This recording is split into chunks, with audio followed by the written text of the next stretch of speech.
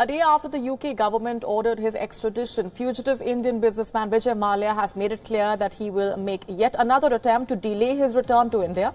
Taking to Twitter, Mallya said that he would appeal against the decision. He wrote, and I'm quoting, "After the decision was handed down on December 10, 2018 by the Westminster Magistrates Court, I stated my intention to appeal. I could not initiate the appeal process before a decision by the Home Secretary.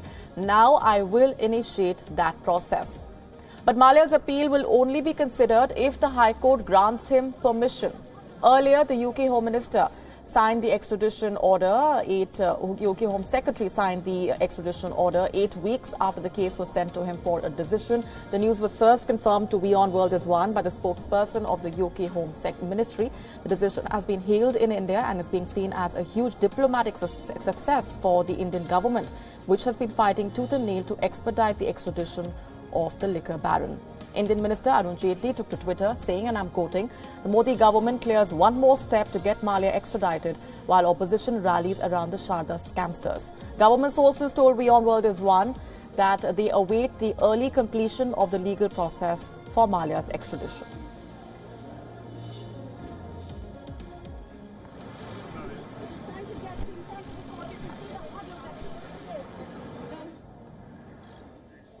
The judgment. My legal team will review the judgment if required. Home Secretary has signed the extradition orders for Vijay Mallya. Well, we can certainly expect that his legal team will appeal that decision, and that means his case heads to the appeals court. This will be a much shorter court case than the original extradition hearing that lasted a little over a year. We can expect just a few months. However, if he loses that appeal case, he can again take it to the Supreme Court of Britain. Now, that is a shorter hearing again. That will still last a month, maybe 2 months. After that decision arrives, and if Vijay Mallya doesn't like that decision, then he could ultimately take it to the European Courts of Justice. However, it is, speaking to legal experts, there's an overwhelming feeling that he's just delaying the inevitable in many ways, because this is all about a prima facie case. Is there a case to be answered for? The judge in the extradition here certainly felt that there was enough evidence presented by India to prove there is a case to be answered for. Lots of legal experts looking over the case feel the same way, but ultimately it will be up to an appeals court judge to make the decision if he decides to appeal. Mandy Clark, London, Wion, World is One. 20 fugitives have been brought back to India since 2015. 8 of them were deported and the rest were extradited, while quite a few of those wanted for offences ranging from financial frauds to murder and terrorism are at large. The deportment of accused or sentenced persons comes as a huge victory for India. Let's take a look at some of the big names who have come under the custody of the Indian authorities in the last 2 months itself. Leading the chart, of course, is Christian James Michel. He was extradited from the UAE on the 4th of December last year. He is a British national and was wanted by India in connection with the multi-thousand crore Augusta Westland scam. Why is his extradition so crucial? Well, this is because India's top investigating body, the CBI, claims that he was allegedly hired by Augusta Westland and to influence Indian officials, politicians and even some journalists. He was allegedly tasked with bribing people to secure a VVIP chopper deal for Augusta Westland. Another big name on that list, though less known, is Deepak Talwar. Talwar is an aviation lobbyist and he was brought back to India from the UAE on the 31st of January this year. Talwar is an accused in the Augusta Westland case as well. The CBI alleges that Talwar was also involved in other aviation deals negotiated during the UPA regime. He is believed to have played a key role in deals regarding duty-free shops in the Delhi airport and the development of AeroCity project near. In fact, the CBI also alleges that Talwar misutilized over 90 crore rupees that was obtained from foreign companies as part of their corporate social responsibility efforts. Talwar is believed to have left India last year. Another man who was flown back from Dubai along with Talwar on a special aircraft was Rajiv Saxena. Saxena is a close aide of Augusta Westland and middleman Christian Michel. Saxena is accused of using 2 Dubai-based firms for routing proceeds of crime in Augusta Westland case. His explanations and versions will be crucial for Indian agencies and they will be tallied with Christian Michel's statements. Let's also consider the case of Indian fugitive businessman Vijay Mallya. Though Mallya has not yet been sent back to India, the UK government's approval for extradition of Mallya has brought him closer to Indian custody. India has declared Mallya a fugitive economic offender. Mallya is wanted in India for defaulting on loans worth 9,000 crores. 62-year-old Mallya was the owner of the now defunct Kingfisher Airlines.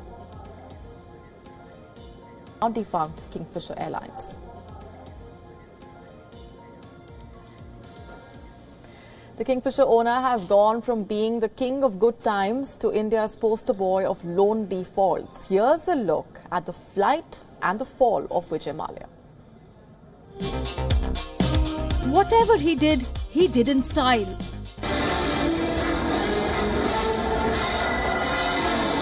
Liquor baron Vijay Mallya launched the premier and luxury Kingfisher airline in 2005. He said it was a gift for his son Siddharth on his 18th birthday. It soon became the largest privately owned airline in India following its merger with Air Deccan. Kingfisher Airlines also managed to secure a coveted slot at the Heathrow Airport in London. But the airline ran into continuous losses and finally collapsed in 2013, leaving creditors, suppliers and employees in the lurch. By the end of January 2014, the airline owed banks 9,000 crores or more than $1 billion. Not just the bank's dues, Kingfisher Airlines never made any profit during the 7 years when it was flying. It also owed 300 crores in salaries to thousands of employees. But Mallya's own good times continued. Mallya co-owned India's first Formula One team, Force India, and presented its 2008 car, the VJM-01, to cricket-crazy Indians. The same year, he picked up a stake in the Royal Challengers Bangalore cricket team in the Indian Premier League, or the IPL. Besides, he also had 50% stakes in Kolkata-based Mohan Bagan and East Bengal soccer clubs. He built a luxury Kingfisher villa in Goa, famed for his lavish parties. They were attended by the who's who of the glamour world. He collected dozens of vintage cars worth millions and published a Kingfisher calendar of Indian models. He himself often appeared in photo shoots. To cap his business achievements, Mallya was elected in 2010 to the upper house of Indian Parliament. But the good times did not last. Mallya was mired in a growing series of legal battles following the collapse of his Kingfisher airline. In March 2016, Mallya left India after banks took a legal course to recover dues from Kingfisher Airlines. On Twitter, he accused everyone from media houses to banks of trying to spread lies about him. In April 2017, Mallya was arrested in London by the Scotland Yard and produced before the Westminster Magistrates Court. Shortly afterwards, he was granted bail. In December 2018, a British court finally ordered his extradition. It's unfortunate that the judge has found a prima facie case that I made misrepresentations to IDBI Bank only and persuaded them to loan money to Kingfisher Airlines. Be that as it may, the judge was perfectly entitled to make whatever judgment she thought fit. I have my rights. You heard the judge. My legal team will consider various options and then I will decide going forward. With the British government formally signing the order to extradite him, India is now one step closer to bring back one of its biggest defaulters. One thing is for sure, Mallya's journey back to India, if and when that finally happens, will be the final blow for the man once known as the King of Good Times. Bureau Report, Wion, World is One.